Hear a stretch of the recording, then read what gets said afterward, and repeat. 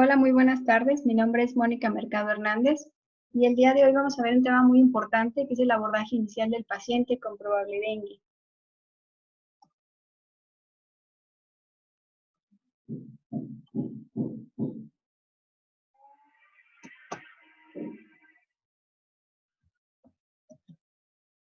Los objetivos de esta presentación es notificar oportunamente los casos probables.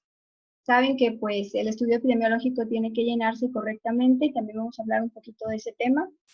Vamos a clasificar o vamos a conocer la clasificación conforme a las definiciones operacionales de lo que es el dengue. Dengue no grave, dengue con signos de alarma y dengue grave.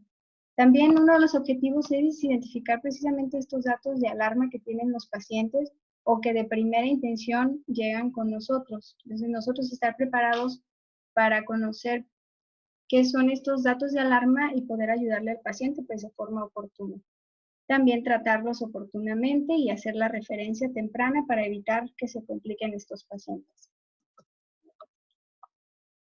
Primero, lo que tenemos que hacer es estar informados, conocer qué es el dengue para saber precisamente qué buscar en el paciente. El dengue pues es una enfermedad sistémica, es dinámica, tiene muchas presentaciones, entonces se va a presentar de formas o expresiones clínicas muy diversas. Y la evolución pues es poco predecible. Esta pues es una definición de agosto del 2007. Saben que Jalisco ha tenido algunos brotes y bueno, hemos estado aprendiendo conforme la presentación clínica de cada paciente. Para esto tenemos que tener en cuenta las definiciones operacionales de dengue y tenemos que estar actualizados en estas definiciones operacionales. Vamos a mencionarlas así a grandes rasgos. Lo que es dengue probable, pero no grave, lo que le llamaban antes el dengue clásico, el dengue hemorrágico. Ahorita vamos a olvidar aquellos nombres y ahora vamos a enfocarnos precisamente en lo que es un caso probable de dengue no grave. Pues en este caso es toda persona de cualquier edad que reside o que procede de un lugar que en los 14 días previos se ha presentado brotes de dengue. Ahorita, precisamente en este momento que estamos en zona metropolitana o en algunos lugares del estado, pues tenemos ya identificadas las colonias con transmisión continua de lo que es el virus. Y bueno, si la persona viene de algún lugar que ya conocemos que tiene brotes de dengue, pues hay que pensar en dengue, que no se nos pase pensar si cumple con la sintomatología. Entonces, vamos a hacer la evaluación de este paciente y ver si tiene fiebre, que sería uno de los principales, la principal clínica que presenta el paciente es fiebre. Algunos pacientes sería muy raro que no la tengan, la mayoría lo tiene, si no es que es el 99% de los pacientes presentan fiebre. Y si se agregan dos o más de los siguientes síntomas, pueden ser náuseas, pueden ser, lo principal sería dolor de cabeza, dolor retroocular, que la gente lo refiere, dolor detrás de los ojos. También puede ser fotofobia, que la luz les molesta mucho en sus ojos. Pueden tener dolor articular, pueden tener mucho cansancio, mucho dolor muscular. Y bueno, pacientes como los niños menores de 5 años hay que estar muy atentos porque en estos pequeños van a estar irritables cuando intentamos cambiar la ropa o cuando intentamos cambiar el pañal, ellos pueden presentar molestia, entonces van a estar llorando y van a estar muy sensibles al tacto. A veces lo único que podemos ver en ellos es la fiebre porque no saben expresar lo que sienten en ese momento. Entonces, todos los casos probables se deben de registrar en el sistema de vigilancia epidemiológico. Para esto ya tenemos establecido en el estado de Jalisco un sistema muy robusto y muy fortalecido y es a través del llenado del estudio epidemiológico, que también más adelante lo voy a mostrar. Luego, un caso probable de dengue con signos de alarma. Ya tenemos a nuestro paciente en consulta, estamos pensando en que pudiera tener dengue, pero los datos de alarma es cualquiera que presente dolor abdominal intenso o continuo, dolor a la palpación del abdomen, vómito persistente o imperceptible que no les permite hidratarse. Por eso precisamente es un dato de alarma. Está vomitando constantemente y pues tu paciente tiene riesgo de deshidratarse. También puede haber acumulación de líquidos y lo podemos identificar a veces derrame pleural o derrame pericárdico y los podemos identificar clínicamente, pues el paciente llega con dificultad respiratoria y pues alteraciones pueden ser cardíacas también. Puede haber sangrado de mucosas, puede ser por nariz, puede ser por encías, puede también tener sangrado en la orina, sangrado en el excremento, o puede también tener hipotensión postural. Esto es cuando tu paciente está sentado y de repente se para, se puede llegar a marear o puede incluso desmayarse. Estos son datos de alarma. Si tu paciente presenta uno de estos, cualquiera de estos, tienes que enviarlo oportunamente pues a la unidad de referencia más cercana o a la que tengas establecida en tu unidad de salud. Si a la revisión clínica o la revisión física tu paciente también presenta hepatalgia o hepatomegalia, hay que identificarlo ya o clasificarlo como un dengue con signos de alarma y hay que hacer la referencia oportuna. También pueden tener aumento progresivo del hematócrito y esto puede ir de la mano de la baja de las plaquetas o disminución progresiva de la hemoglobina. Tenemos que estar muy atentos con estos parámetros. En el caso probable de dengue grave, puede ser todos los casos probables de dengue, que pudieran presentar dengue grave, pueden llegar a tener taquicardia. Si tu paciente llega con taquicardia a tu unidad de salud, hay que considerarlo ya como un caso probable de dengue grave. Puede tener las extremidades frías, puede tener un llenado capilar igual o mayor a 3 segundos. El pulso a veces está indetectable. La presión, también hay diferencias en la presión, puede estar hipotenso. Puede haber más acumulación de líquidos que te lleven a una insuficiencia respiratoria, incluso puede haber derrames muy grandes en pulmones y pues tenemos que hacer la revisión completa de tu paciente. También puede haber sangrado, puede haber hematemesis, puede haber melenas, metrorragia voluminosa. Esto lo refieren las pacientes mujeres como sangrado transvaginal que no coincide con su regla.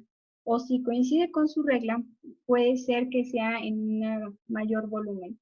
Y refieren que es muy abundante, hay que preguntar la cantidad de toallas que están usando, qué tipo de toallas están usando, si son delgadas, si son nocturnas, para nosotros darnos una idea de la cantidad de lo que está sangrando. Y pues también revisar al paciente. Puede haber daño hepático importante, la elevación de las transaminasas, la podemos ver en los laboratoriales, AST o ALT que están arriba de 1000, cuando el paciente de todos modos va a presentar sintomatología, va a estar muy cansado, puede haber ictericia y bueno, puede haber alteración del sistema nervioso central también, alteración de la conciencia. Otra cosa muy importante que tenemos que conocer es la normatividad vigente. ¿Cuál es la que estamos usando? ¿Cuál es la que se usa en México? Las normas oficiales mexicanas. Para vigilancia epidemiológica, pues está en la norma 017 SSA2 2012, que es de vigilancia epidemiológica. En esta norma se establecen los criterios de vigilancia de todas las patologías que son de notificación inmediata o que son de vigilancia que pueden ser notificación semanal. Se puede hacer una recolección sistemática con esta norma bien establecida, es oportuna y es confiable, es información relevante y bueno, es necesaria para que el Estado tome decisiones sobre la salud de la población y las determinantes en salud. Es de observancia obligatoria para todo el territorio nacional, entonces tiene que ver con el sector público, tiene que ver con el sector social y también con el privado. Y todos estos integran el Sistema Nacional de Salud. El estudio epidemiológico, aunque aquí se ve muy pequeño, yo creo que la mayoría ya estamos familiarizados con él por el gran número de pacientes que hemos tenido, pero bueno, las acciones básicas o los datos básicos están en la parte superior. Es dónde se encuentra el paciente, cuáles son los datos del paciente, la edad, el municipio en el que nació y bueno, la residencia actual, eso es muy importante, porque dependiendo de esta información es cómo se van a trabajar las brigadas de vectores. Ellos van a ir a la localidad que nosotros le pongamos en este estudio epidemiológico.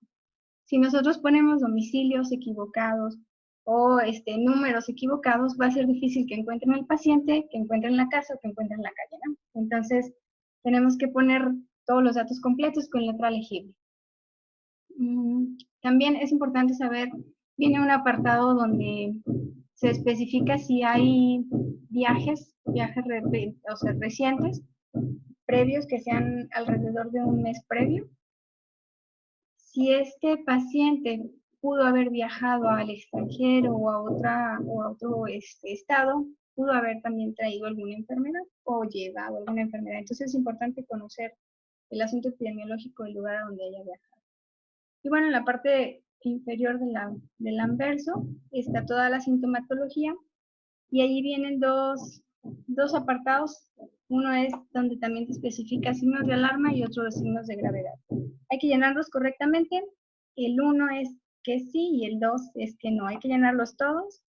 Son a veces cuadritos muy pequeños, pero sí es importante que tengan pues el llenado correcto, porque ahí se puede dar una idea de epidemiología, de si estamos cumpliendo nosotros con llenar el estudio correctamente y que se cumpla con la definición operacional de caso. Y bueno, en la parte reversa de este estudio epidemiológico se hace el monitoreo, puede ser en hospital o en centro de salud. Si nosotros estamos en un centro de salud y le pedimos al paciente una toma de biometría hemática, la podemos registrar en este apartado. Si tomamos serología y pensamos en arbovirus, dengue, zika o chikungunya, también hay que registrarlo en esta parte. Y algo bien importante, pues es poner el nombre y firma de quien llenó el estudio epidemiológico. Otra cosa muy importante es conocer las guías de práctica clínica. Estas guías de práctica clínica se elaboraron en coordinación con el CNT, que es el Centro Nacional de Excelencia Tecnológica en Salud. Tiene ya un catálogo maestro con todas estas guías.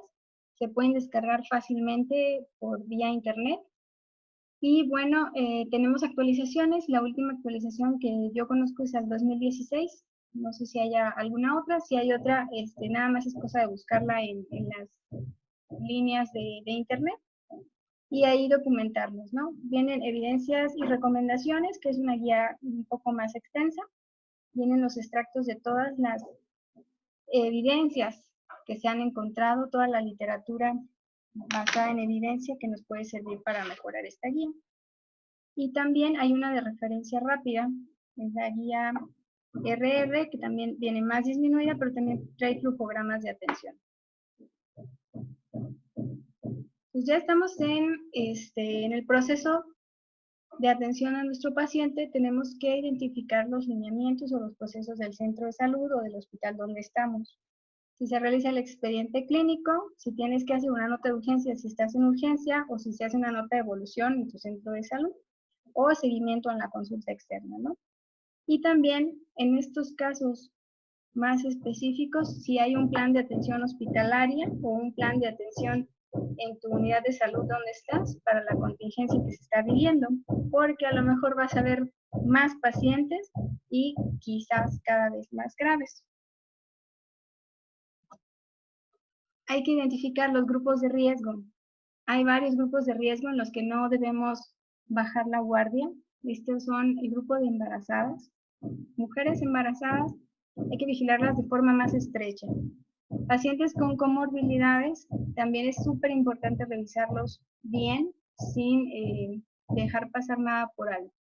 Pacientes con diabetes, pacientes con alteraciones cardíacas, con alteraciones pulmonares, neumópatas, o pacientes desnutridos u obesos, son nuestro grupo de riesgo. Los pacientes que están en el extremo de la vida, menor de 1 año y mayores de 65 años, hay que cuidarlos más. Recuerden que ellos no saben, por ejemplo, los menores de 1 año no te saben decir si tienen mucha sed o no tienen sed, y no te saben decir qué tienen. Nosotros no identificamos totalmente lo que sienten. Pero es bien importante mantenerlos hidratados. Y también en las personas mayores de 65 años, se disminuye la percepción de si están con sed o no. Entonces a veces no se hidratan adecuadamente y en ellos pues no hay que dejar pasar nada. Hay algunos diagnósticos diferenciales que vienen en la guía de práctica clínica. Vienen las enfermedades tipo influenza, vienen las enfermedades exantemáticas, También hay algunos serotipos que nos provocan diarrea, serotipos de dengue, y entonces hay que hacer diagnóstico diferencial dependiendo del grupo de edad o la clínica que tenga tu paciente. Puede haber también otras condiciones similares a dengue en fase crítica, que podrían ser manifestaciones neurológicas como epilepsias, como el BON, meningoencefalitis, y bueno, ya esto sería cuestión de hacer otra presentación exclusiva para esto. Bueno, otro tipo de infecciones podrían ser paludismo, gastroenteritis, leptospira, entre otros, ¿no? También hay fiebres hemorrágicas en las que tenemos que pensar y hacer nuestro diferencial, como leptospira. Y en nuestros pacientes que hayan sido viajeros recientemente, pues fiebres hemorrágicas como brasileña, argentina, boliviana o fiebre mayaro. También hay dolor abdominal en algunos pacientes de dengue, y entonces podríamos hacer diagnóstico diferencial con apendicitis, colecistitis, alguna víscera perforada, hepatitis viral o cetoacidosis diabética. Se puede llegar a confundir también. Entonces hay que estar bien al pendiente de todos estos diagnósticos diferenciales.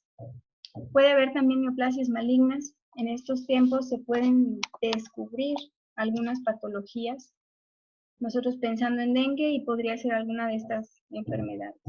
Y bueno, en pacientes con leucopenia y trombocitopenia más sangrado, podríamos hacer el diferencial con leucemias, con púrpuras, con malaria, con sepsis bacteriana, lupus, VIH. Bueno, las características clínicas del dengue, bien importante que todos sepamos este cuadrito que es muy común en algunas presentaciones. Nosotros tenemos que estar informados y saber que el dengue tiene una fase febril, tiene una fase crítica y una fase de recuperación. Y bueno, la convalecencia que dura un poquito más. Entonces, los días de la enfermedad, la etapa aguda podrían ser 7 días. Previo a esto ya tuvo un periodo de incubación de alrededor de 7 días el paciente. Los primeros síntomas están en la parte de acá arriba, es la temperatura, puede llegar hasta 40, dependiendo del paciente y algunas comorbilidades puede ser menor o puede ser mayor. El primer día, los primeros 3 días es muy sintomático y es la fase febril.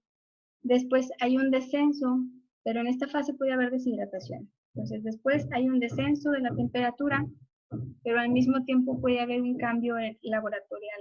Puede haber un cambio en las plaquetas.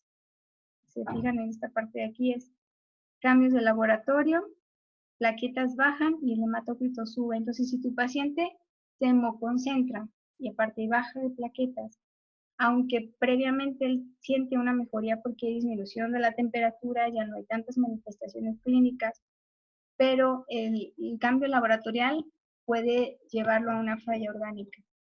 Si no está bien hidratado y si no tenemos este monitoreo adecuado, puede tener una falsa sensación de alivio cuando realmente tu paciente pues todavía está en peligro y puede tener una etapa de choque o de sangrado. Entonces esa es la etapa crítica. Puede ser a partir del tercer día o en su quinto día. Entonces cuando te llega el quinto día tu paciente a tu centro de salud y es el primer contacto que tiene con servicios de salud, no hay que perder la oportunidad de hacer una muy buena exploración física, de hacer un buen interrogatorio, identificar los datos de alarma, si hay datos de alarma, hacer la referencia oportuna, sin perder tiempo. Y pues explicarle al paciente que tiene que ir de forma oportuna, sin esperar dejar pasar un día, y bueno, y que entienda también que las condiciones en este momento de los centros de salud o los servicios de salud son un poquito saturados y que tenga paciencia, ¿no? Bueno, entonces después de la etapa crítica, ya superada la etapa crítica, el paciente entra en una fase de recuperación.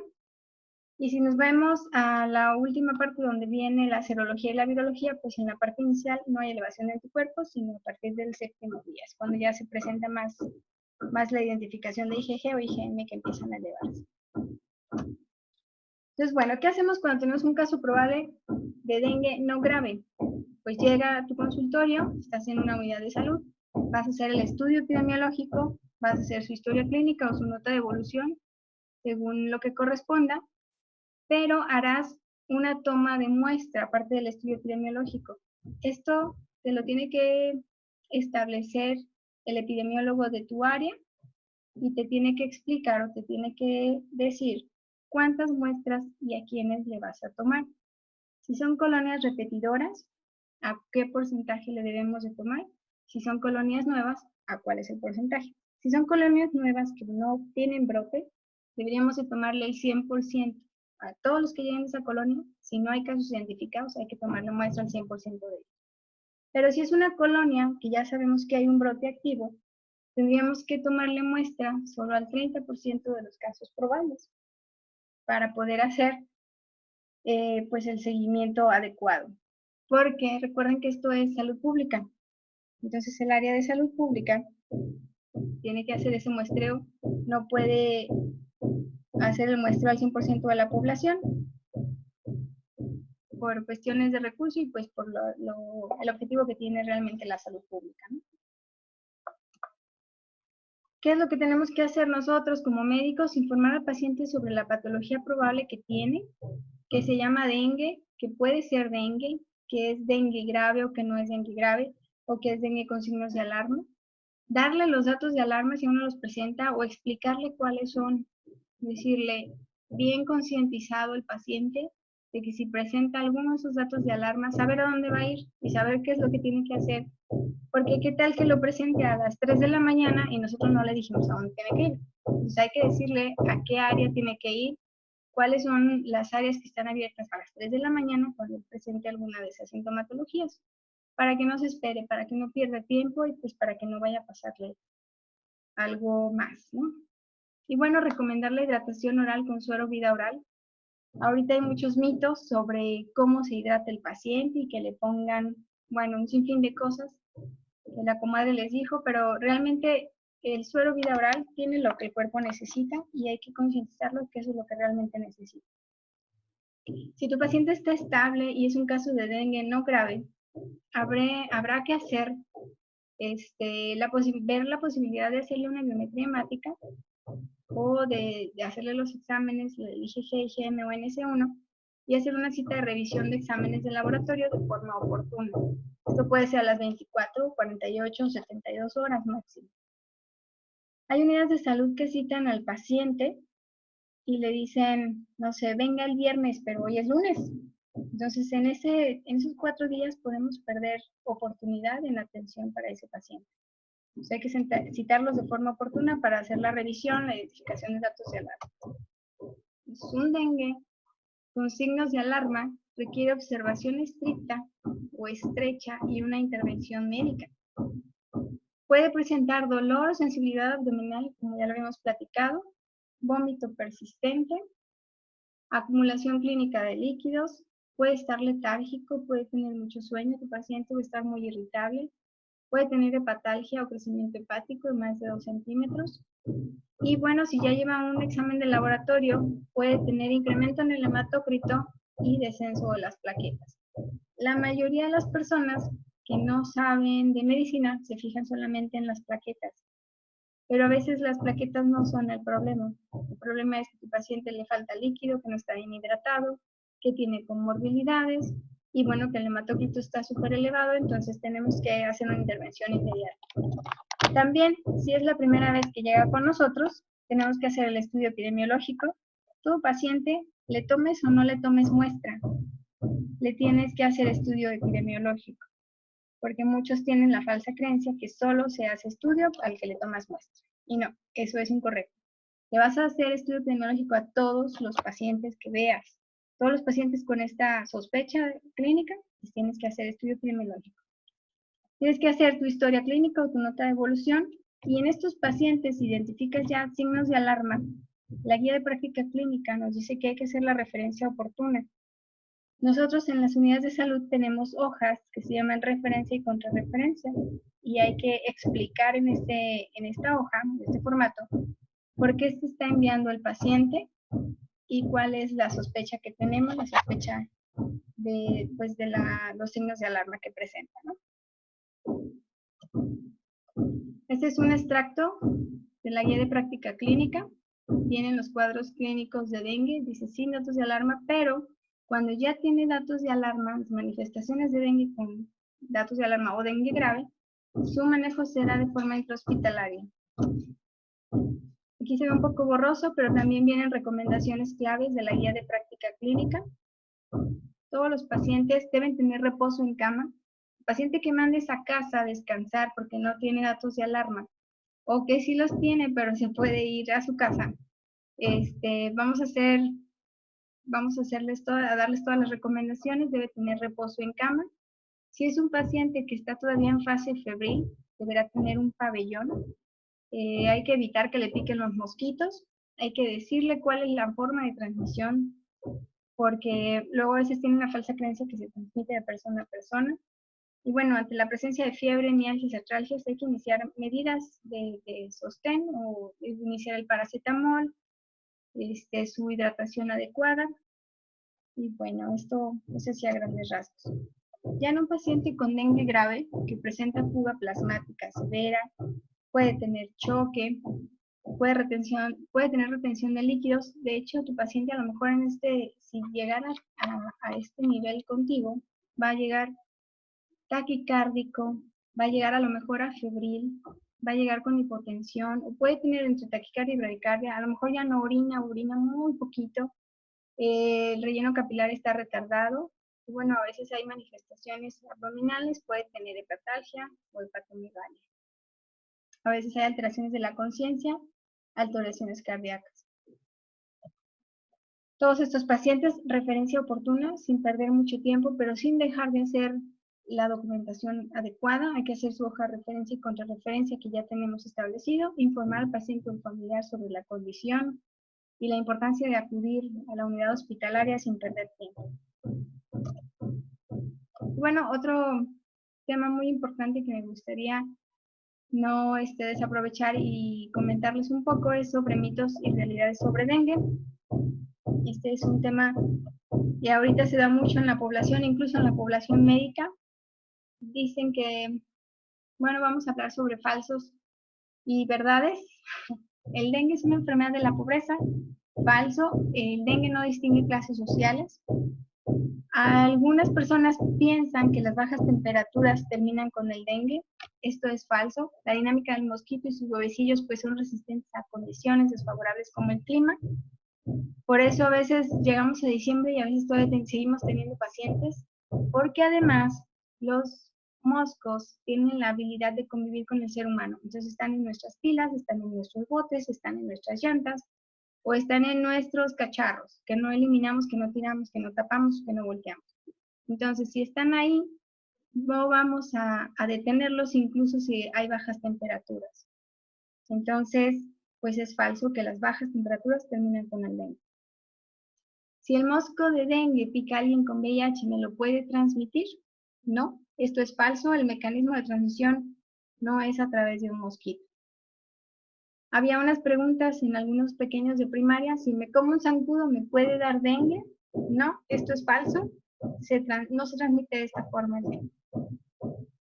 ¿Debo separar la ropa y platos de mi familiar con dengue porque me puede contagiar? Falso. Solo se transmite con la picadura del mosquito. Algunas otras preguntas son, ¿puedo usar repelente para las picaduras de mosquito? Sí, se puede usar el repelente, están fabricados para eso, solo que hay que seguir estrictamente las instrucciones del fabricante, porque si te lo pones una sola vez al día, a lo mejor no va a tener el efecto que nosotros esperamos. Entonces hay que seguir las instrucciones del fabricante. ¿Automedicarse es malo? Sí, es malo automedicarse, solo se debe seguir las instrucciones de su médico. ¿Tomar aspirina es malo? Pues en enfermedad por dengue se debe evitar tomar aspirina o cualquier otro medicamento porque inhibe la agregación plaquetaria, la aspirina en este caso. Al quitarse la fiebre ya no se puede complicar el dengue, es otra de las preguntas frecuentes. Falso, el periodo crítico coincide con la disminución de la fiebre, entonces pues aquí lo necesario es acudir al médico. Poner plantas de citronela en la casa evita la picadura del zancudo. Esto también es falso. De hecho, muchas plantas son solo refugio natural para los zancudos. Y bueno, algunas son predilectas. En este caso, la citronela es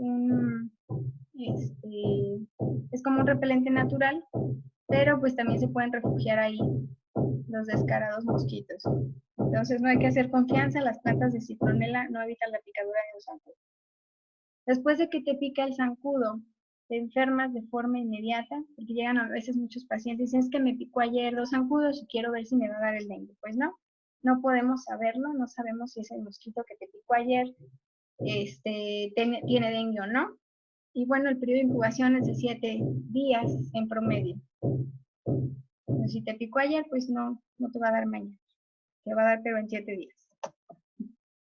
Bueno, algunas de las realidades, si el mosquito hembra es el que pica, la hembra necesita la sangre para poner sus huevecillos, necesita la proteína del ser humano precisamente para esto. Y otras de las realidades, el dengue no se transmite de persona a persona. Hay muchas personas con esa creencia, pero pues es falso, no se transmite de persona a persona. Tomar vitamina B no impide la picadura del mosquito tampoco. La fumigación no termina con el dengue. Sabemos que es multifactorial la propagación del dengue, pero la fumigación no es la única acción de control que tenemos al alcance. Lo principal pues es eliminar los criaderos, evitar que los moscos pongan sus huevecillos en nuestra casa o cerca de nuestra casa. Y la fumigación pues sería una medida complementaria a todas las acciones que hagamos. Y bueno, mi mascota, que es perro, gato o algún pajarito, no se enferma de dengue. Muchos también tienen la creencia que ellos también se enferman, pero según la información que yo tengo, no se enferman estos animalitos. Algunas de las realidades es que los mosquitos viven durante 30 días, pueden poner de 300 a 400 huevos al día. Y bueno, desde que nacen necesitan alimentarse, las hembras preferentemente de sangre humana, y los machos pueden ser de néctar o dulces que hay en la naturaleza. Ponen sus huevos en agua limpia. No les gusta el agua sucia, el agua con tierra tampoco les gusta, pero sí hay como materiales de su predilección. Las llantas son su material favorito. Están calientes, guardan la temperatura, guardan el agua mucho tiempo y son oscuras. Entonces se preservan muy bien y crecen muy bien ahí los huevos. Por eso hay que eliminar todas las llantas que tengamos tiradas o que estén a la intemperie. Hay que resguardarlas bajo techo para que no se acumule el agua.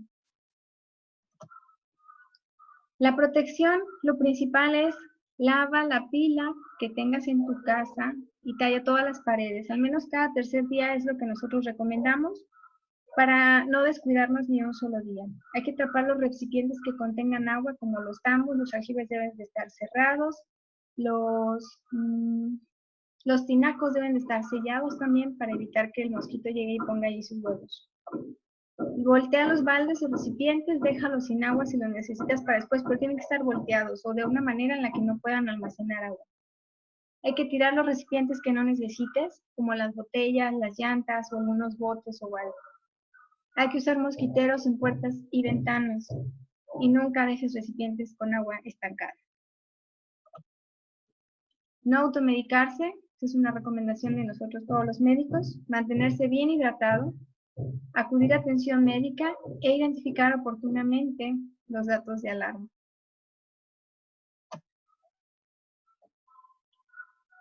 Pues bueno, agradezco esta oportunidad para presentar esta información. Es muy importante que acudamos y que todos nos unamos, somos la comunidad médica, para pues hacer esto mejor y que esto funcione. Tenemos muchos casos, pero que la saturación de ellos no disminuyan la calidad con la que atendemos a nuestros pacientes.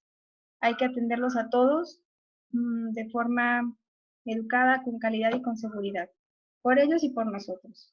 Muchas gracias. Esta es mi información. Se las dejo para cualquier duda. Hasta luego.